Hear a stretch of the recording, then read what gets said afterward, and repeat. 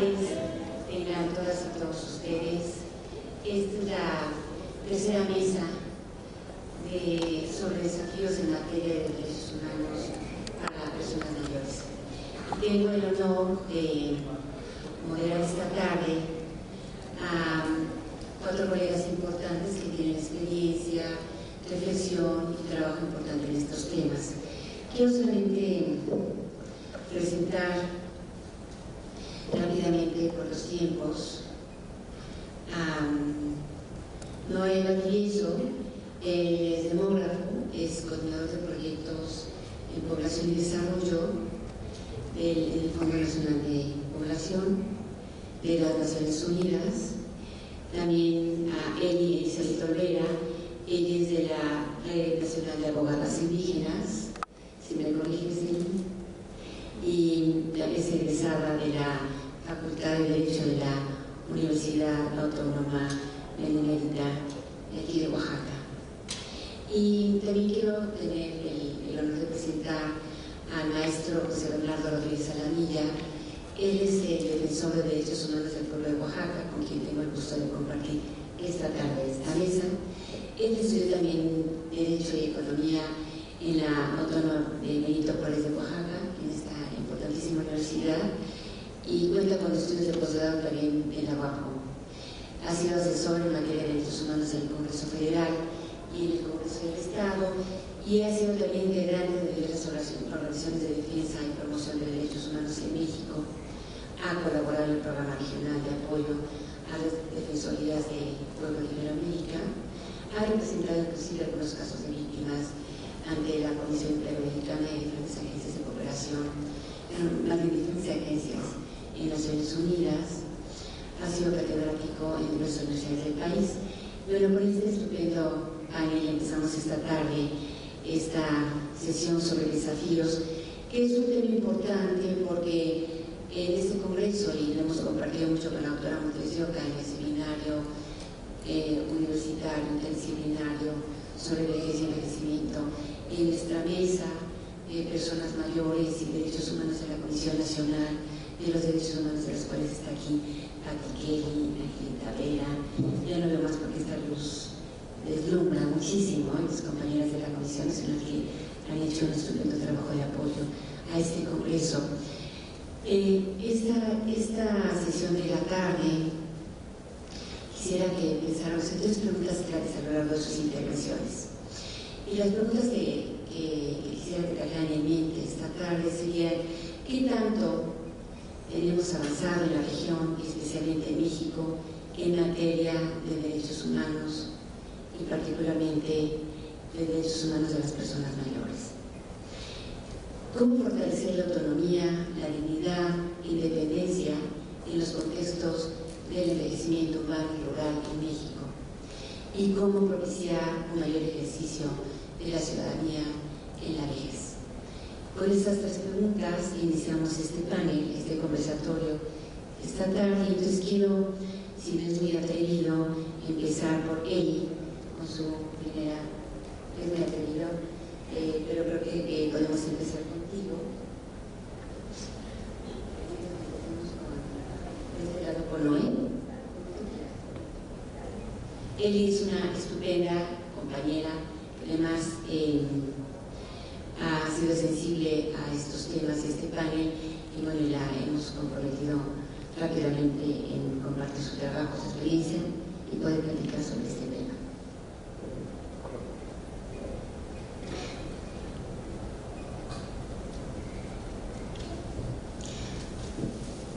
Padiushi Iratu es mi lengua nativa, zapoteco, que quiere decir buenos días a todos, buenas tardes a todas, a todos, bienvenidos.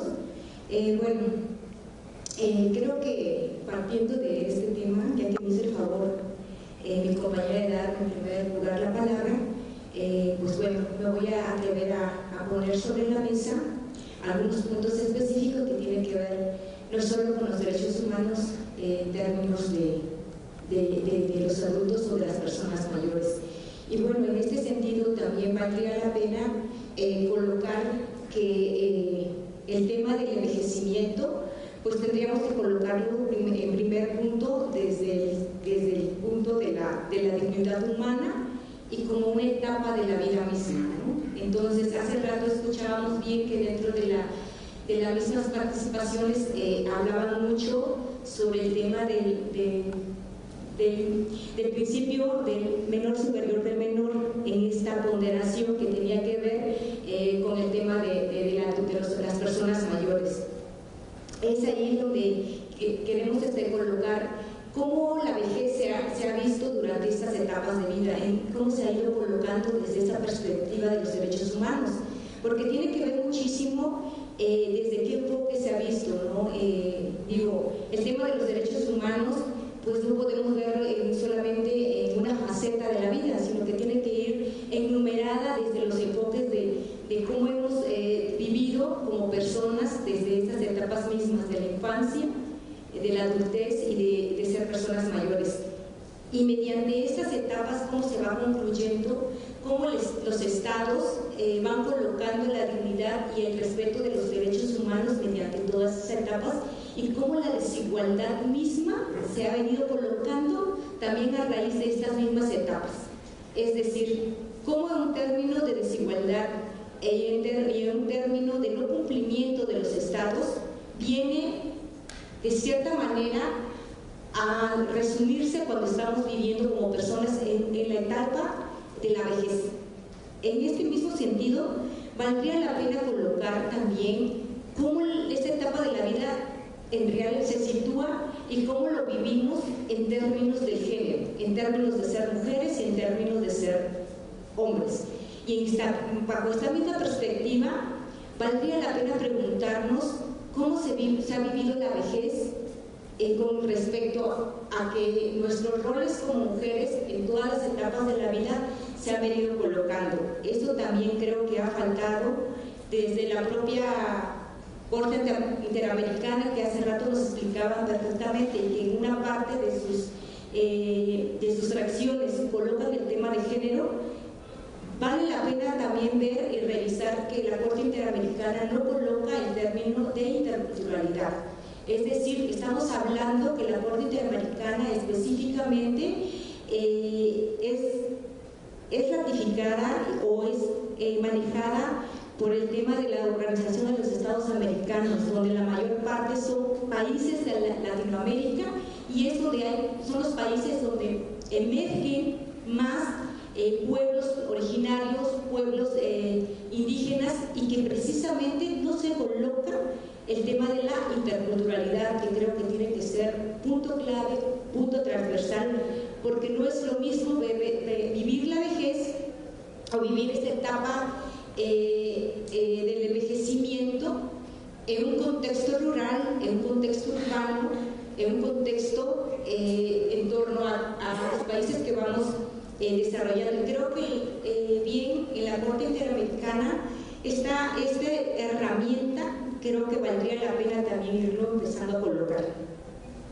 Algo importante que también creo que me parece importante, al menos en nuestro país, el Estado mexicano, que tampoco, aparte de que no ha ratificado esta convención, pero sí ha ratificado otros convenios que tampoco se han podido como materializar, ¿no? Y que se ha quedado como el reto. Y también me pondría a lo mejor sobre la mesa, y también inclusive ante el auditorio, la siguiente pregunta, o sea, ¿qué pasos siguen? Para, no solo en términos de la ratificación, pues, de un convenio, de un instrumento legal, sino ¿qué más sigue en términos de la ratificación del convenio interamericano para la protección de los derechos humanos de las personas mayores? O sea, ¿qué sigue después de si en un caso determinado se llegara a ratificar? Porque también es bien cierto que nos hemos quedado en un término muy legalista, donde tenemos en términos jurídicos instrumentos importantes, pero que ha quedado únicamente en un estado donde dice lo reconocemos y lo tenemos como plasmado, ¿no? Entonces, por lo tanto, ese es como ¿qué se puede exigir más si ya se tiene como contemplado? Ya se encuentra, y creo que hay un desafío desde esa perspectiva perspectiva de derechos humanos, ¿no? Hay también otro punto específico que vale la pena y es como un desafío importantísimo. Y bueno, tenemos también en nuestros estados, pues tenemos importantes avances, ¿no?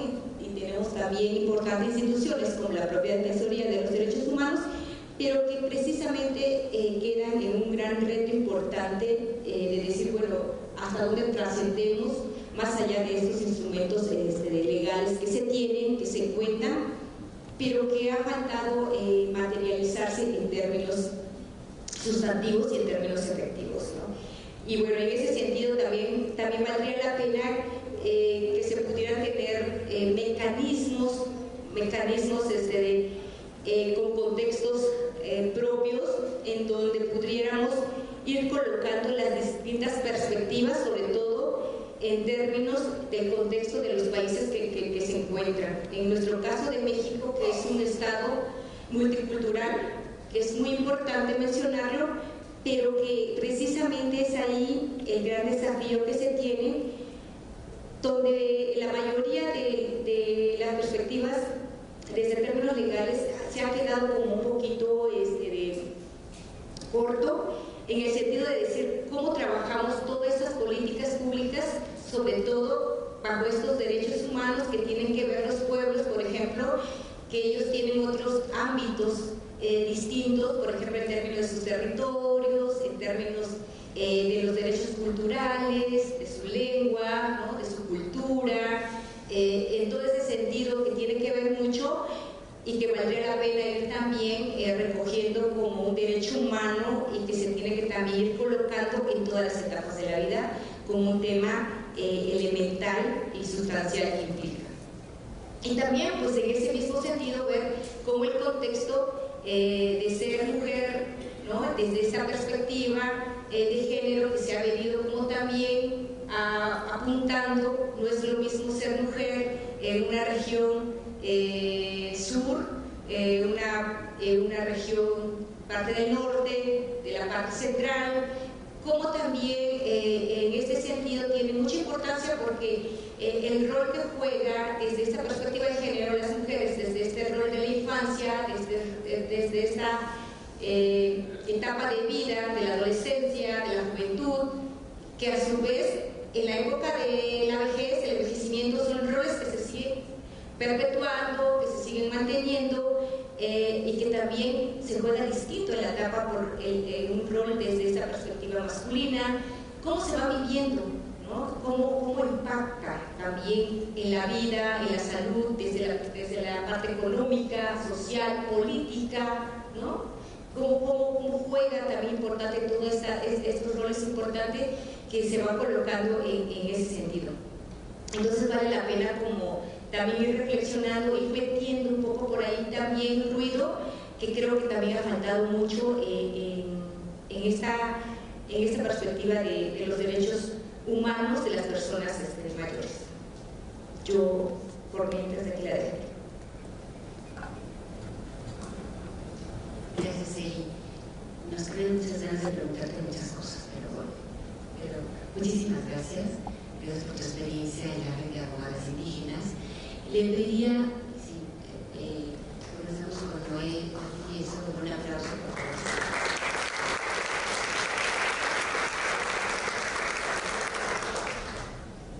Noé trae una presentación, PowerPoint.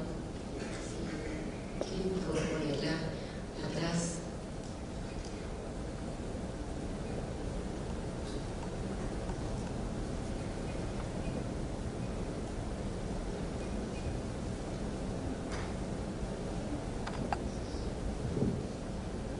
Muy buenas tardes a todas y todos.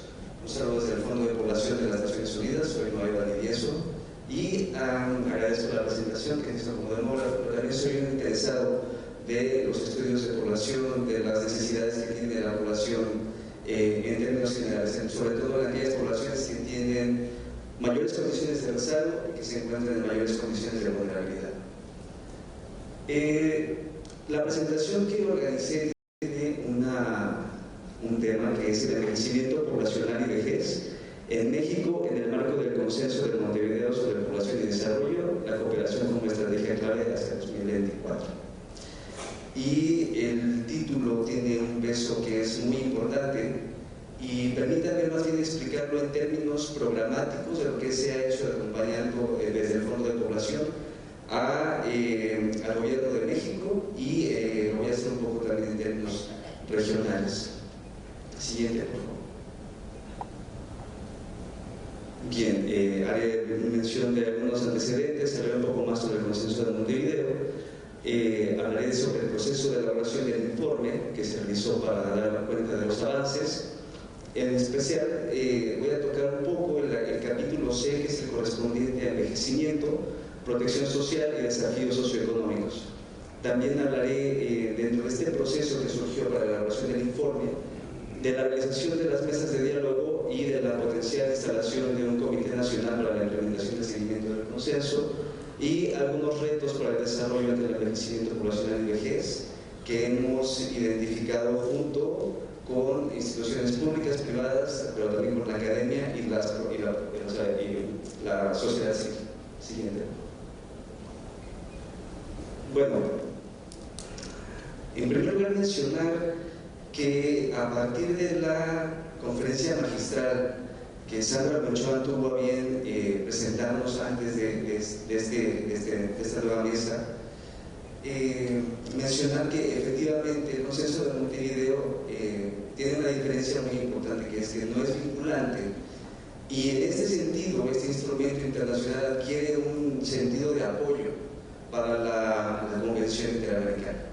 Es decir, este instrumento nos permite describir algunas de las características de la población adulta, y nos permite identificar también cuáles son los principales retos y los desafíos que puede ir enfrentando la población a partir de algunos indicadores que mencionaré un poco más adelante.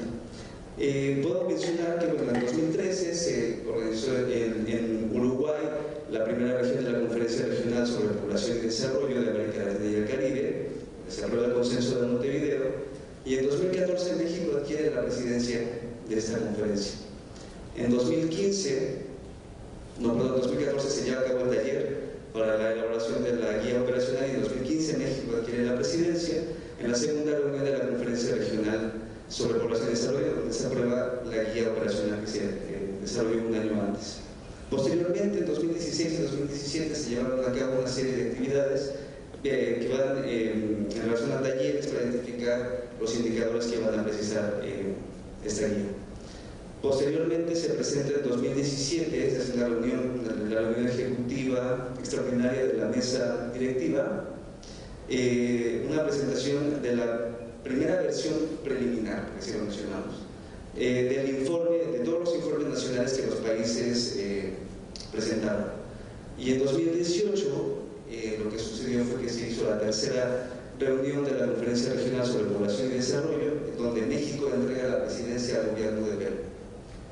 Evidentemente, posterior a este año sigue habiendo algunos avances, y próximamente vamos a estar realizando más talleres en el marco de identificar cuáles son los indicadores que nos van a dar cuenta de esta implementación, de los avances en la implementación que van teniendo los gobiernos, porque hemos identificado que al ser un instrumento regional tiene ciertos principios que pueden hacer comparativos los indicadores entre los países, pero también identificamos que los países tienen necesidades específicas que pueden reportar. Entonces encontramos ciertos matices que podemos ir afinando en términos de indicadores. La siguiente, por favor.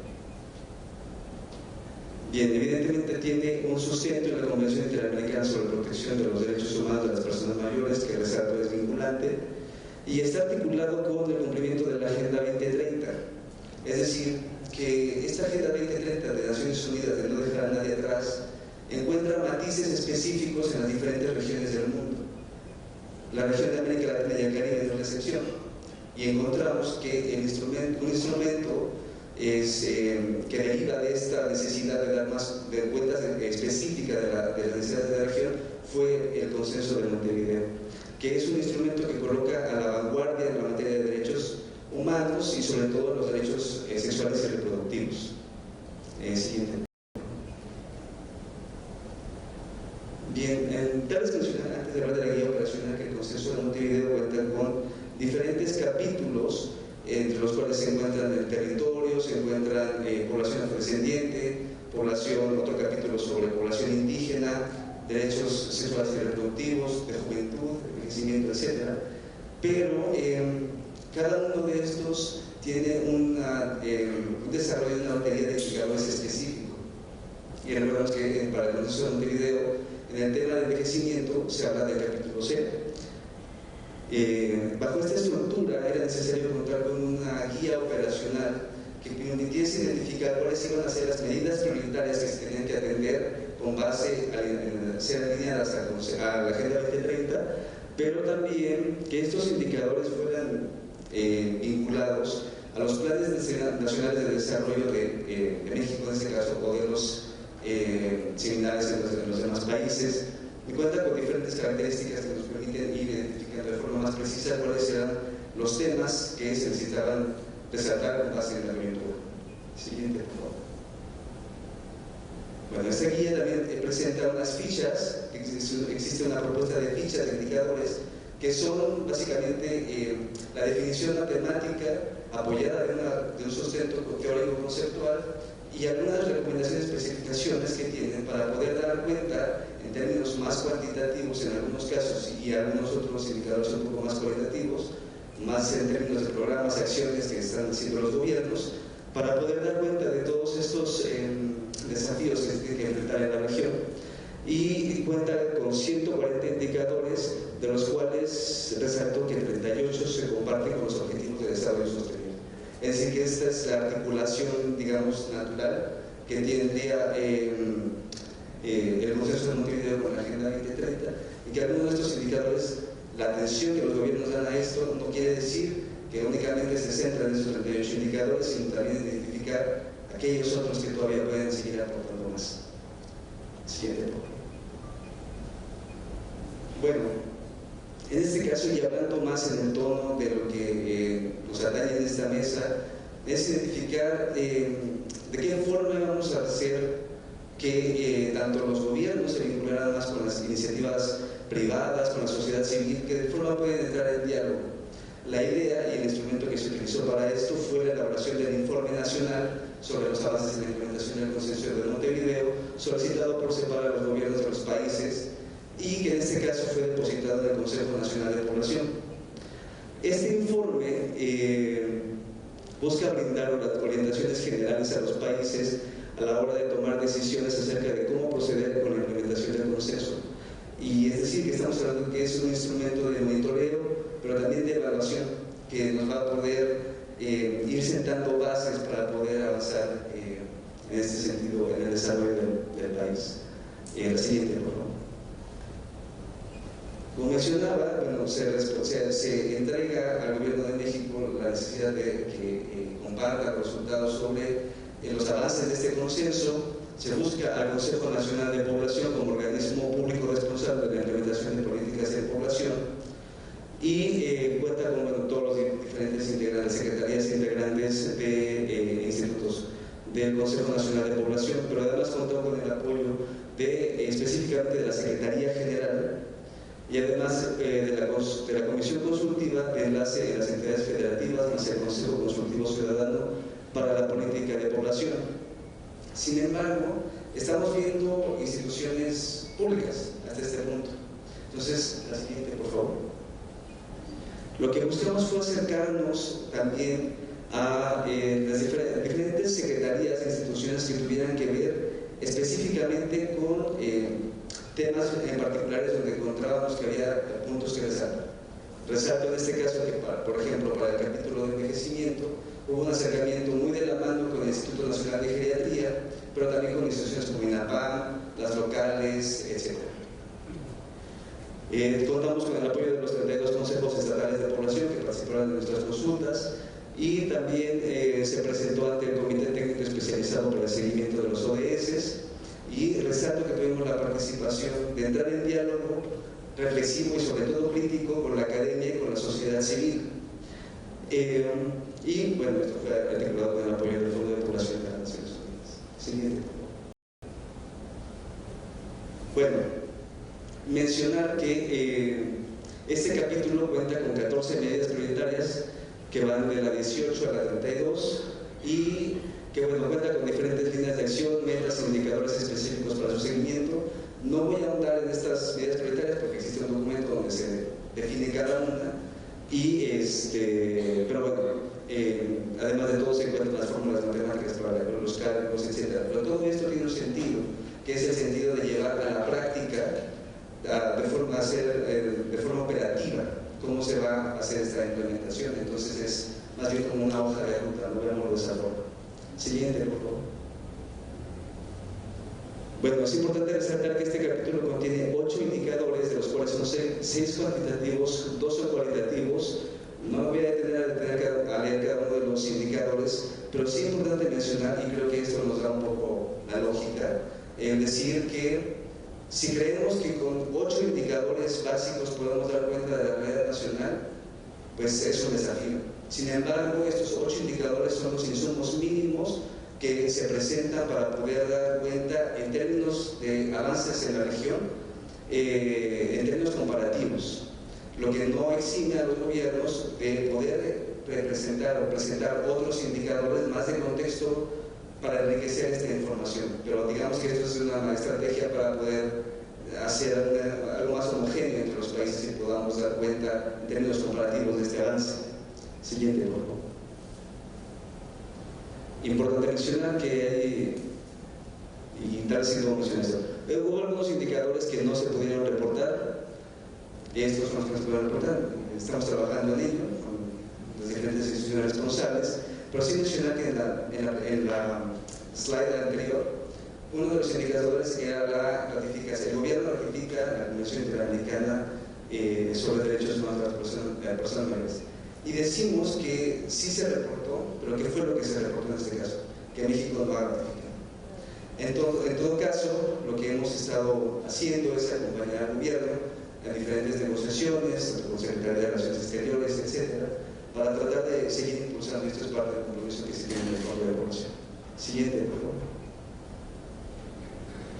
Ahora bien, justo pensando bajo estos procesos de cómo visibilizamos a las personas mayores, es importante tener una estrategia más colectiva, que incluya a todos los actores clave, que bueno, al momento se pudieron identificar. Entonces, se generaron 9 mesas temáticas. Recordemos que cada una responde a cada uno de los capítulos del consenso. Hubo una mesa específica sobre el envejecimiento, sobre la cual debo mencionar que hubo un análisis muy crítico por parte de la academia y de la sociedad civil, sobre todo porque se dio la oportunidad de que en este instrumento que se iba a reportar desde el gobierno, la consultoría que nos apoyó para hacer este informe buscó que se diera voz precisamente a la sociedad civil y a la academia a través de hacer un énfasis más crítico y más duro de la situación que vive nuestra población mayor.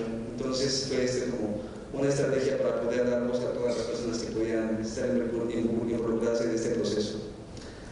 Entonces, como resultado de esto, tuvimos al menos 2 cosas que podemos marcarnos en 2 cosas. Uno, que es el primer informe nacional que se presentó con los avances y reconozcamos que son las limitaciones que tiene el propio informe, y también los primeros pasos para la posible instalación de un comité nacional para la implementación del consenso de Montevideo sobre población y desarrollo. Decimos que son primeros pasos porque en realidad en términos operativos tendría que echar ya en cuenta de echar a andar este mecanismo, y todavía falta mucho recorrido para esto, pero al menos existen ya algunas discusiones y algunas líneas de acción específicas para dar cuenta de esto. Siguiente.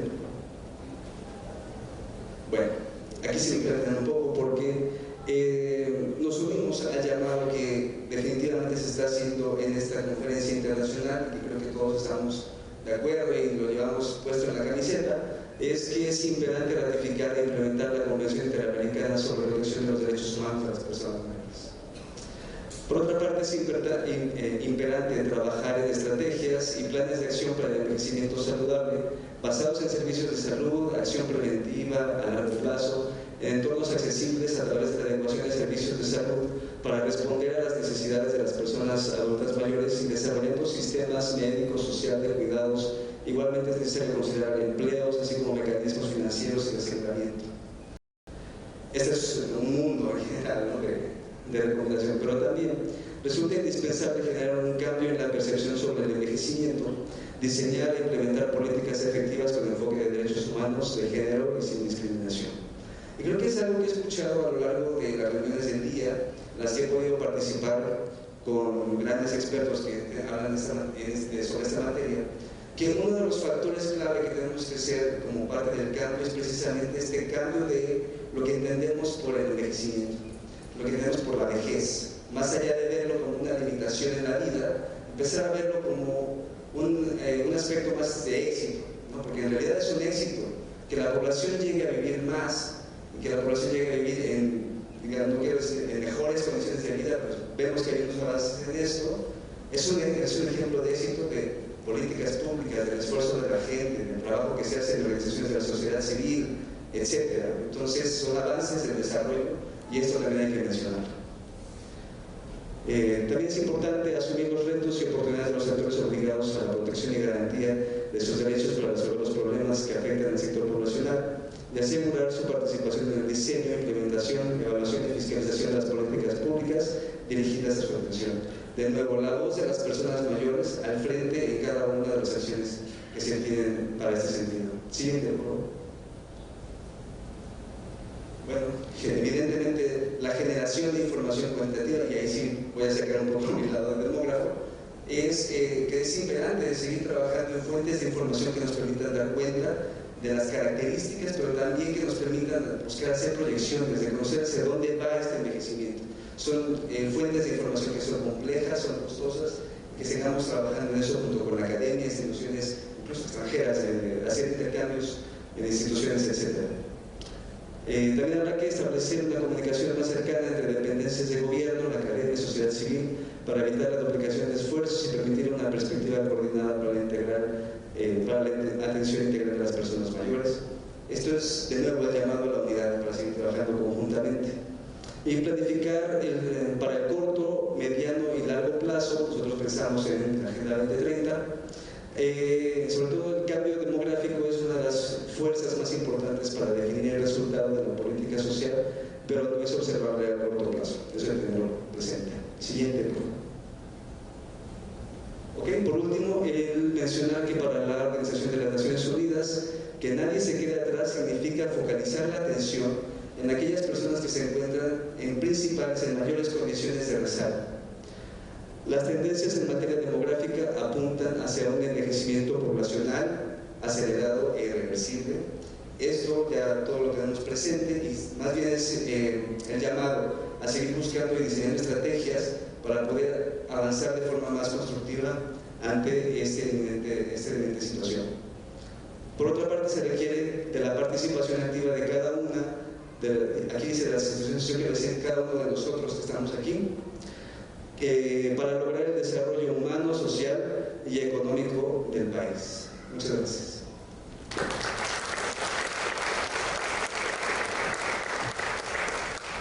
Muchísimas gracias, Noé.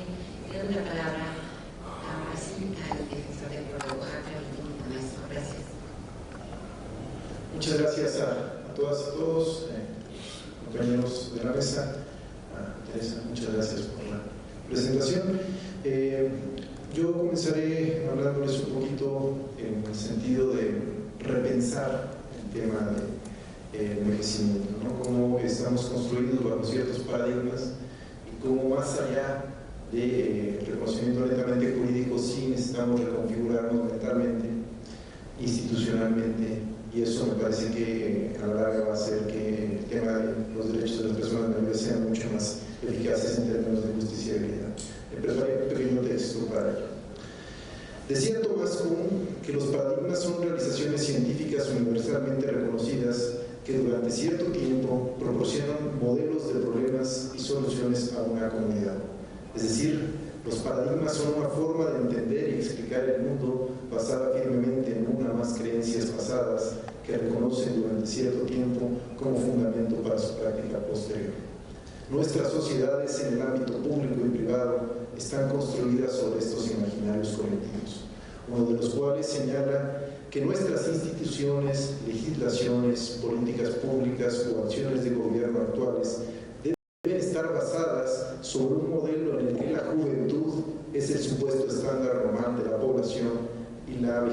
acerca o desvía ese parámetro. Para este paradigma, la vejez es una etapa de carencias económicas, físicas y sociales expresadas en problemas de salud, ingresos, falta de autonomía y en ausencia de roles sociales que desempeñar. Es decir, a las personas mayores no se les piensa como ciudadanos con capacidad de hacer y transformar su entorno, sino que en el mejor de los casos se les conceptualiza como alguien a quien se tiene que coproteger por su condición de edad. La respuesta del Estado bajo este enfoque se ha concentrado en tratar de remediar lo que las personas mayores no poseen en comparación con el grupo llamado joven, fundamentalmente en acciones asistencialistas que buscan cubrir estas carencias. Este paradigma se enfrenta a la realidad que representa el aumento en la esperanza de vida, la cual ha crecido de manera inversamente proporcional al reconocimiento de los derechos de las personas mayores. Hace un siglo, la edad promedio en que morían los hombres en el convulso México de la época post-revolucionaria era de 33 años en hombres y de 35 mujeres. En la actualidad, la sobrevida de la población oscila los 75.3 años. Si bien el acceso a la salud, los esquemas de vacunación y en general el avance de la ciencia médica ha garantizado una mayor cantidad de años para hombres y mujeres, esto no significa que las personas mayores vivan con calidad y plenitud en un contexto de respeto a sus derechos humanos. En algunos pueblos y comunidades de Oaxaca, el Consejo de Ancianos o tatamandones ejercen un contrapeso político que los ubica en el centro de esa toma de decisiones. Sin embargo, en otras localidades de nuestro estado, las personas mayores son discriminadas, maltratadas y en el peor de los casos abandonadas. Aunado a ello, los 13 millones de personas mayores de 60 años que habitan en el país no son un grupo homogéneo, sino dentro de sí hay personas mayores de la comunidad, de la diversidad sexual, indígenas con alguna discapacidad, habitantes de zonas rurales y urbanas, hombres y mujeres que continúan ejerciendo actividades económicas de manera formal o informal, y otro porcentaje importante que se encuentra en situación de pobreza o de extrema pobreza. Aquí voy a hacer un pequeño paréntesis. Para comentar un poco cómo estamos incluso formados estructuralmente y mentalmente para definir o conceptualizar ciertos patrones en términos de lo que pensamos o es la realidad.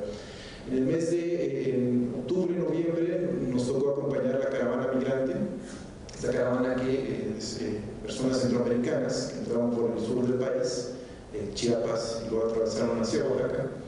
Eran alrededor de entre 9.000 y 10.000 personas.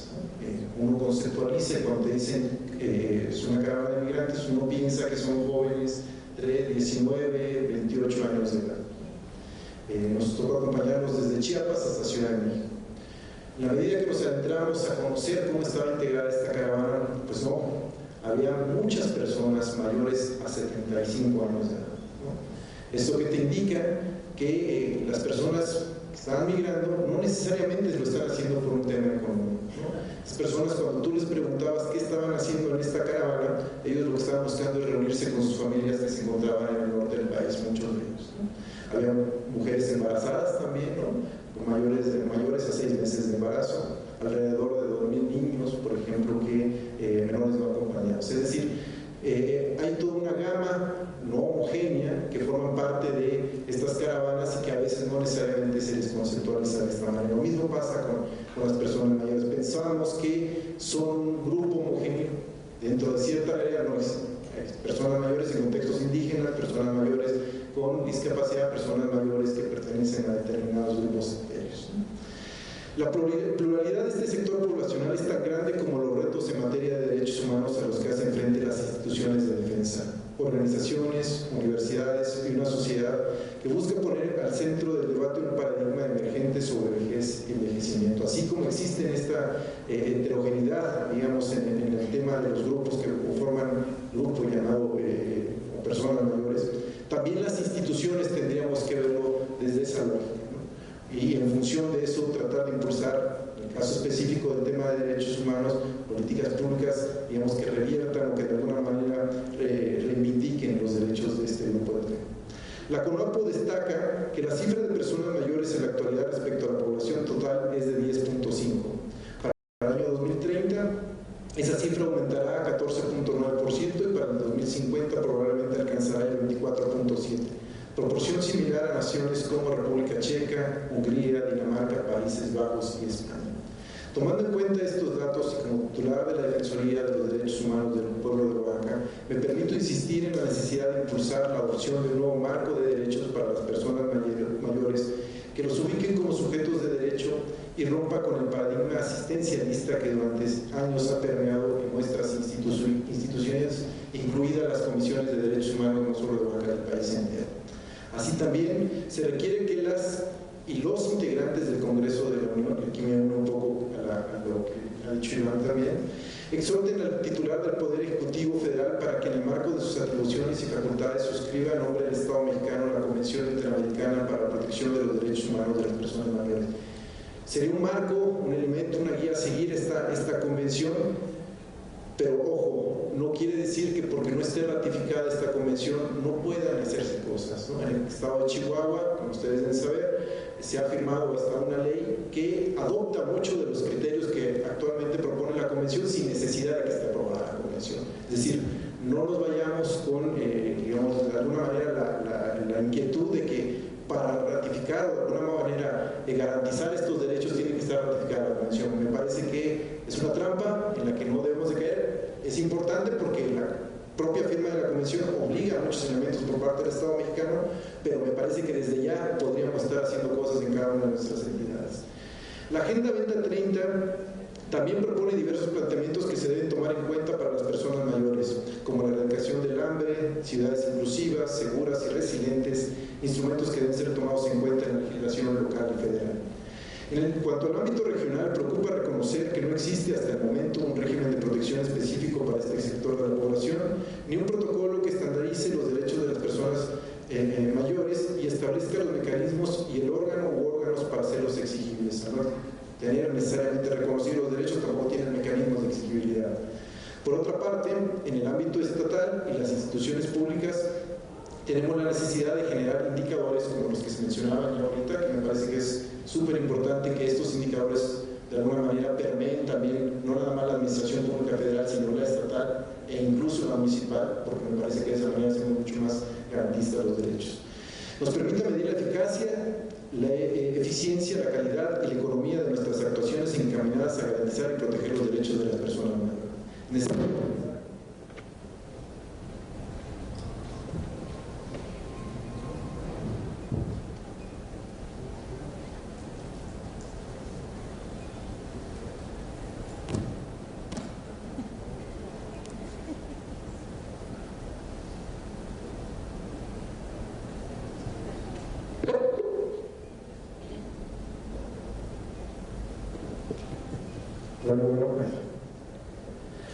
Es necesario comenzar a construir estos indicadores hacia el interior de cada organismo de dependencia para medir las políticas públicas que el Estado mexicano aplica a favor de su población mayor y verificar sus actos sociales. Efectivamente, lo que no se mide no sirve, consecuentemente no se puede mejorar. La Defensoría de los Derechos Humanos del Pueblo de Oaxaca ha emprendido acciones legislativas, políticas públicas y redes con organizaciones para contribuir con el reconocimiento de los derechos de las personas mayores. En materia legal se realizó la colaboración con el Congreso Federal para promover la firma de la Convención Interamericana para la Protección de los Derechos de las Personas Mayores en abril 18, al cual el titular del Poder Ejecutivo todavía no ha dado respuesta, así como la elaboración del catálogo de clasificación e investigación de violaciones a derechos humanos para uso interno del propio personal de la Defensoría, que paradójicamente no lo teníamos contemplado, es decir, no existía dentro de nuestro propio concepto de investigación a violaciones a derechos humanos un apartado que tuviera que ver con personas mayores, lo cual evidentemente cabe de una falta grave por parte de la institución, ¿no? El órgano autónomo, en esa Defensoría, también ha participado en procesos sociales y políticos a favor del reconocimiento de los derechos de las personas mayores, como la integración del grupo interinstitucional sobre personas mayores y el grupo sobre envejecimiento, formado por instituciones federales y estatales. Además de establecer vínculos con organizaciones de la sociedad civil, entre las cuales se encuentra Letra Verde, Código LDH, Instituto Lashiwitsi, Consultores de Derechos Humanos, Nuestras Unidades de la sección 22 y algunas otras más con las que buscamos generar precisamente estas redes que tiendan a exigir vía institucional, vía sociedad civil, al Estado mejores estándares de cumplimiento. Amigas y amigos, el tránsito de la pirámide poblacional nos pone frente a grandes retos como sociedad. El primero de ellos es el cambio de paradigma sobre el cual se construyeron las instituciones públicas dan respuesta a las necesidades de la población, porque la población ha cambiado, sus necesidades también. El segundo es la construcción de un nuevo modelo de desarrollo social y comunitario basado en los derechos humanos que promuevan cambio de mentalidad y de actitudes sociales con respecto al envejecimiento, en el que se resignifique a las personas mayores como verdaderos sujetos de derechos y consecuentemente con oportunidades para desarrollarse como individuos que contribuyen a su sociedad. En tercer lugar, debemos asegurar que las personas mayores puedan vivir en condiciones de dignidad y seguridad, disfrutando del acceso a servicios sociales y de salud esenciales y que puedan disponer de un ingreso mínimo mediante el establecimiento de medidas mínimas de protección social y otras inversiones sociales que prolonguen su autonomía e independencia, prevengan el empobrecimiento de la vejez y contribuyan a un envejecimiento en condiciones más saludables y dignas. Sin embargo, debemos de cuidar que las personas mayores no sean consideradas como meros receptores de medidas de bienestar social, sino miembros activos que contribuyen a la sociedad, es decir, como verdaderos sujetos nuevamente de derechos. Así también, y en cuarto lugar, debemos de reconocer la heterogeneidad de las personas mayores que viven en situaciones y contextos distintos, por lo que la intervención tiene que ser diferenciada. No es la misma forma de relacionarse una persona mayor en un contexto indígena que en un urbano. También la situación de una persona mayor perteneciente a la comunidad LGBT puede ser de mayor vulnerabilidad a la de una persona que no lo es. O bien casos como el que les comentaba de las personas en situación de tránsito requieren atención diferenciada. Pues pueden ser sujetos de múltiples violaciones a sus derechos humanos, dadas las condiciones de doble o hasta triple vulnerabilidad en la que se encuentran. Quinto, es importante que toda acción pública que pretenda realizarse en favor de ellos deba estar construida a partir de las necesidades y capacidades de ellos mismos y no de lo que alguien cree que es mejor para ellos. Sexta, es sumamente importante la articulación y empuje de la sociedad civil y de la academia en la transformación de la mirada social hacia el tema de las personas mayores, pues es ahí donde de manera natural se construyen estos paradigmas.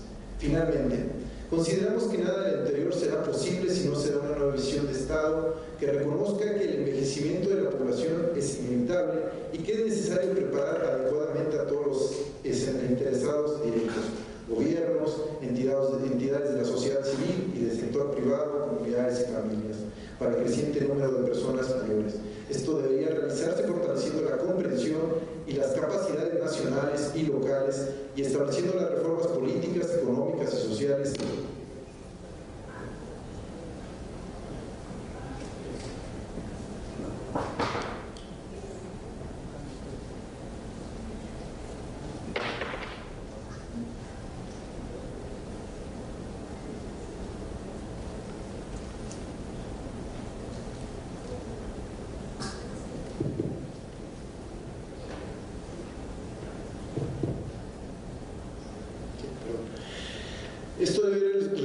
fortaleciendo la comprensión y las capacidades nacionales y locales y estableciendo reformas políticas, económicas y sociales que se necesitan a fin de adaptar las sociedades a un mundo en proceso de envejecimiento. De ahí que consideramos de suma importancia las actividades desarrolladas por este tercer Congreso Internacional Interdisciplinario sobre Vejez y Envejecimiento, pues si bien es cierto que el solo reconocimiento formal de la igualdad de derechos de las personas no es garantía de su efectiva realización práctica, este Congreso puede ser el eje articulador y detonador de una nueva forma de entender y atender la realidad de las personas mayores por parte del Estado. Muchas gracias.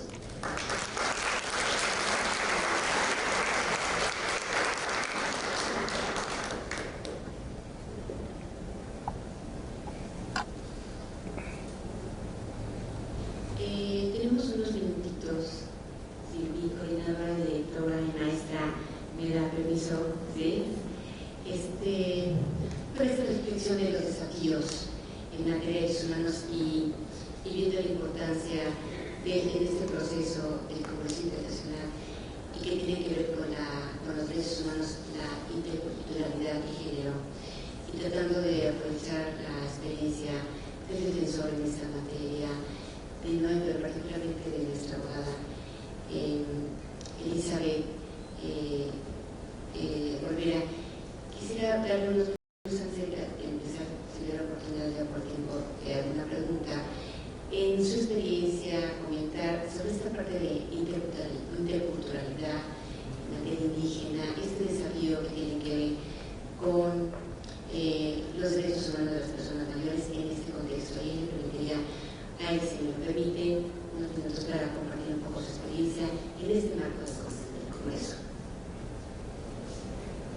Muchísimas gracias. Pues creo que eso es un tema muy importantísimo, que además, como hace rato decía, debe ser eje central, y que bueno, es el primer congreso internacional sobre el tema de envejecimiento, vejez y envejecimiento, donde colocan el tema de interculturalidad como eje central, aparte del tema de género. Creo que eso es para celebrar, que en este congreso se esté colocando en ese sentido, sobre todo porque estamos hablando en un marco nacional en nuestro país, y sobre todo porque se está haciendo en un congreso en un estado pluricultural como es Oaxaca. Bien, ¿qué desafíos tenemos, sobre todo en términos de envejecimiento, sobre todo en comunidades indígenas? Algo importantísimo que quiero poner en la mesa es que sobre todo en las comunidades el término de la vejez se vive distinto. Es decir, los que ni siquiera se le determina viejos ni viejas, ni se le determina ancianos ni ancianos, sino el lenguaje inclusive es cambiante, donde en la comunidad se le denomina la abuela y el abuelo, que inclusive en términos tiene que ver toda una conceptualidad distinta, una cosmovisión de ver la vida distinta. Para las comunidades, el ser abuelo o el ser abuela tiene una resignificación distinta, que significa un cúmulo de experiencia, tiene que ver con todo un contexto de sabiduría, ¿no?, en las comunidades, y que además tiene que ver en esa estructura política, de este sistema normativo en el cual la mayoría de las comunidades emergen, las personas mayores juegan un papel, un rol importantísimo dentro del tema político, económico y social en una comunidad. De inicio, las asambleas comunitarias está compuesta por mayoría por personas mayores, y la asamblea es la máxima autoridad en una comunidad. Por lo tanto, en términos políticos, ¿quiénes son los que están decidiendo las formas y las vidas y las normas?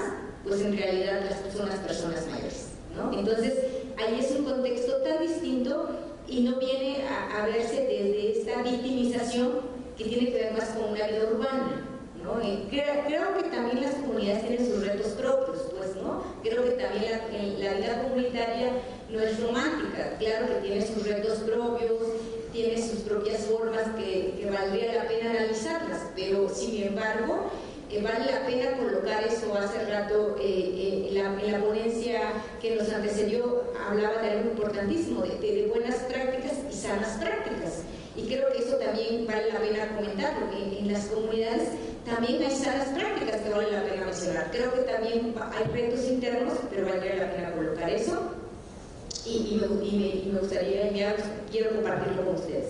Y bueno, también el desafío importante que tenemos es no romper con el término de esta colectividad.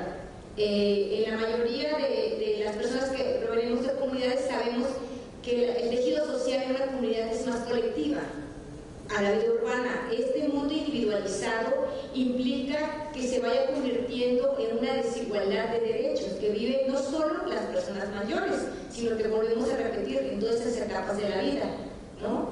En la comunidad, pues muchas comunidades, a pesar de sus carencias económicas, porque tenemos que colocarlas, que viven en cierta, no son vulnerables porque nacieron vulnerables, también hay que colocar que las comunidades han sido vulneradas, ¿no? Han sido despojadas, y tiene que ver con un contexto histórico también, que vale la pena colocarlo para ponerlos no como en este sentido estricto de la victimización, pues no, sino desde ese sentido de resignificar lo que ha implicado venir desde comunidades propias, de su estructura propia, de su cosmovisión propia y de sus aportaciones mismas, porque también es importante ver que se han aportado cosas importantes, desde la medicina misma, la medicina tradicional, ¿no? Y que en su mayoría las que ejercen eso, la mayoría de las mujeres, pues obviamente las mujeres parteras son personas mayores, ¿no? Las mujeres, las abuelas. En este sentido, creo que ese es el desafío, cómo volver a reconstruir este tejido social desde esta colectividad que implica. Y bueno, hay muchas historias que se viven desde la comunidad y que también ha impactado con este tema que nos tocaba bien aquí el defensor, que prácticamente tiene que ver con el tema de la migración misma. Oaxaca inclusive es un estado migrante local, donde en capital estamos de todas las regiones y que tiene que ver también en ese contexto mismo que ha empezado a impactar en las estructuras de las comunidades, ¿no? Y bueno, esto es como algo importantísimo que en lo especial quería como compartir y pues agradezco mucho la palabra.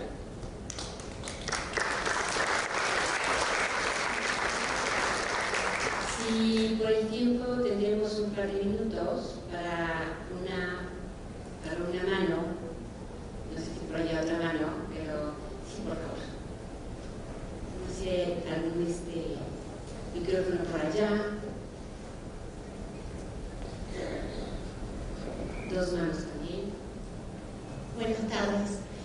Mi nombre es Adriana Rovira, vengo de Uruguay y en realidad mis consideraciones eran para los aportes del defensor, que me parece que la convención es un instrumento que complementa los cambios normativos a nivel nacional. No podríamos decir que son niveles diferentes y que no se cubre con la legislación nacional el poder y el impacto que tiene un tratado vinculante que obliga a los estados en una órbita a nivel internacional, como en este caso el interamericano. Me parece que si hay normativa en materia a nivel nacional o en materia de los estados, quiere decir que está propicia la discusión para el tratamiento de ampliar y poder aprobar una convención por parte del Estado de México, pero por supuesto que la normativa nacional siempre es más dispersa, más desorganizada, más compleja de acercar también a los propios sujetos de derecho de esas normativas, quedan muy sujetos a interpretaciones de los jueces, de los ámbitos a nivel jurídico y legal por parte de los países y de las distintas instancias y niveles. Otra cosa muy diferente es un instrumento vinculante que implica al Estado a tener no solamente que prevenir, generar mecanismos también de igualdad, de seguimiento, evitar la violación de derechos, sino que también dar cuenta a organismos que vigilan ese instrumento, que si bien hoy no está el mecanismo de seguimiento hasta el 10º país instalado, sí existe la Comisión Interamericana de Derechos Humanos y sí existe la Corte Interamericana de Derechos Humanos, que pueden generar mecanismos de supervisión y de análisis y que ya están usando a la Convención como un instrumento específico para analizar las políticas de los países. Me parece eso importante porque creo que ahí quedó como deslizado algo que me gustaría que usted pudiera con su conocimiento clarificar. Muchas gracias.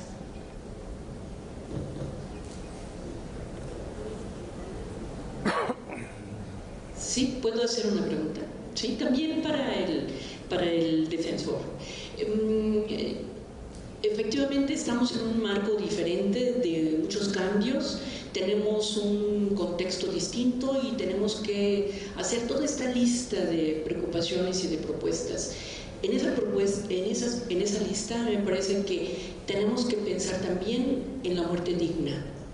¿Sí? Es un tema sobre el cual tenemos que trabajar, sobre todo por estas nuevas condiciones poblacionales. Y si queremos una vida digna, como lo dijiste, yo creo que también nos merecemos una muerte digna.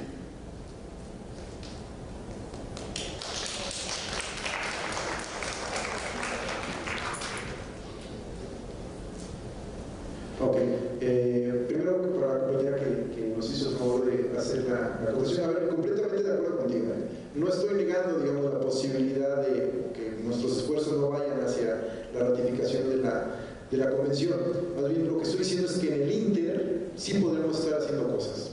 O sea que no es importante la ratificación, me parece, al final de cuentas efectivamente genera obligaciones sobre el Estado mexicano y se genera toda una cascada, se genera toda una serie de actividades que tendrían que generar por parte del Estado mexicano.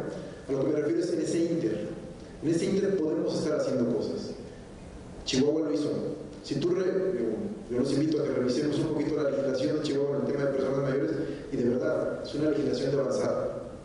y no, digamos, no estar esperando el tema de la ratificación. Qué bueno que venga el tema de la ratificación, impulsemos el tema de la ratificación. Nosotros el año pasado le pedimos al Congreso precisamente eso, que se ratificara, que pidiera al Ejecutivo la ratificación de la Convención. Nos estamos tardando ahí un poco, en ese ínter podemos estar haciendo cosas, es un poco el sentido de lo que, o donde yo iba en función de mi explicación. No tanto en que no lo pidamos, no, yo estoy completamente de acuerdo, pero me parece que podemos estar haciendo cosas en lo que llega el proceso de la ratificación como tal, ¿no? Era por ahí un poquito la puntualización. Agradezco, digamos, que se plantea así, quizás en parte no lo especifiqué así, pero más o menos era por ahí. Y en el tema de la compañera, pues mira, ¿qué te digo? Efectivamente, estamos de acuerdo en ese tema. Así como las personas tenemos derecho a una vida digna, me parece que también tenemos derecho a una mente digna. Con esta última cerramos, ¿les parece? Por favor. Perdón, yo siento como que ya nos tardamos muchos años en estar buscando esta ratificación y como que nos estamos empantanando ahí demasiado. ¿Por qué no buscamos otras alternativas? ¿Ustedes qué alternativas podrían darnos para ya no estar esperanzados en la ratificación, sino hacer otra cosa distinta, ¿no? Para no empantanarnos. ¿Alguno de ustedes quiere contestar este comentario?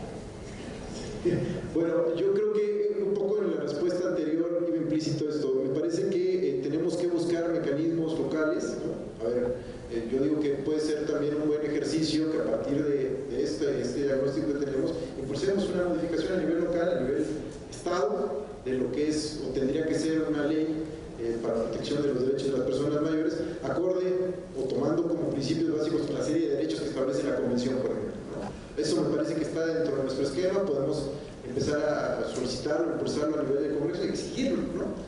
Creo que por ahí puede ser una de las salidas que, digamos, en el plano local o doméstico podríamos empezar a impulsarlo, me parece.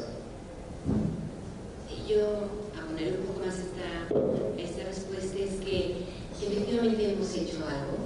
Yo sí creo que las organizaciones, las académicas, la universidad, la CEPAL, la misma Comisión Nacional de Derechos, he empezado a construir una plataforma para visibilizar no solamente que México no ha ratificado la Convención, sino que para visibilizar la importancia de la igualdad, atender los problemas de desigualdad, de abandono, de violencia hacia las personas mayores, ¿sí?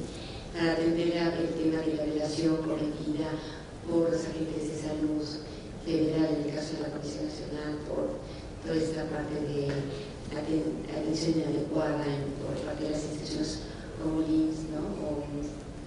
o por temas de violación de derechos humanos de personas cuidadas, por ejemplo. La Comisión ha emitido una recomendación importante en esta materia, sí, pero no es suficiente. No es suficiente, y bueno, el mismo trabajo que hicimos de esta declaración de envejecer con dignidad que yo ya les mencionaba por la mañana y el día de ayer, creo que hemos abonado, ¿sí? Nuestra nueva conductora Katy, que anda por ahí en su programa de IMER, tiene un programa importante, tiene otro en YouTube, ¿no? Donde nos está todo el tiempo entrevistando y planteando una reflexión sobre el tema del envejecimiento y sobre todo la participación intergeneracional. Eso es fundamental. Necesitamos que los jóvenes y los adultos, las mujeres, las niñas y los adolescentes se involucren en este tema, porque es un tema al que todos queremos llegar, todos queremos envejecer con dignidad, y es un tema que nos corresponde a todos. Entonces, creo que hemos hecho algo, quizá no es lo suficiente. Necesitamos que este gobierno empiece tocando un punto importante, que es la firma y la ratificación de la Convención como un instrumento parte de nuestro país. Y creemos también que las instituciones que tienen que ver con la política dirigida a las personas mayores, como el INAPAM a nivel federal, y los centros de salud, las instancias educativas, empiecen a construir también programas específicos para atender. Y la gran pregunta es: ¿por qué tenemos una legislación federal que abarca la protección de 18 años de vida, ¿no? México le ha metido durísimo en los últimos gestiones de gobierno y en la Cámara de Diputados. tuvo un trabajo muy importante liderado por grandes diputadas en materia de niñez, senadoras para temas de ratificación de convenciones en materia de niñez, de mujeres, ¿no? Y este tema ha sido un tema pendiente.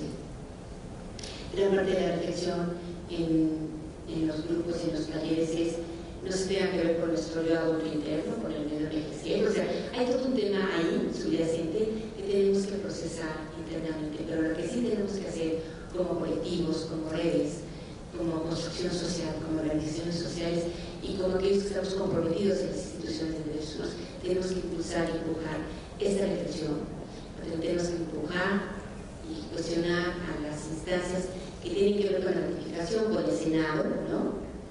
Yo recuerdo que aquí hizo una marcha hace mucho tiempo, ¿no es cierto? Es cierto, tocar la puerta.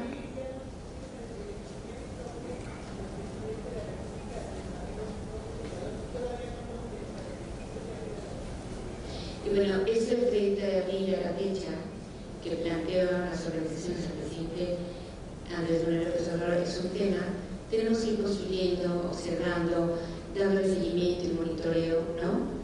Porque lo que bien dicen, o sea, ese instrumento nos sirve para tener un referente importante en la vida de las personas mayores, pero también tener puntos de observación y seguimiento para el Estado mexicano, para el gobierno de México, así como lo tenemos en otros mecanismos. México acaba de recibir las recomendaciones del examen periódico universal, donde hay un punto donde el examen periódico cita que el gobierno mexicano no ha ratificado la convención. Entonces hay que empezar a plantear esto con la Secretaría de Gobernación, con la Cancillería, porque México tiene varios temas pendientes, tiene más de 278 puntos recomendatorios por temas pendientes en materia de derechos humanos, y este es un tema pendiente del gobierno mexicano que tiene que ratificar. Yo con esto cierro, si me lo permiten, porque tenemos ya un evento importante, ¿no es cierto?, con el cual cerraremos este día del Congreso, pero bueno, no sin antes agradecerle a Noé, a nuestro defensor del pueblo de Oaxaca, y también a Eric por su participación en esta mesa redonda. Muchísimas gracias.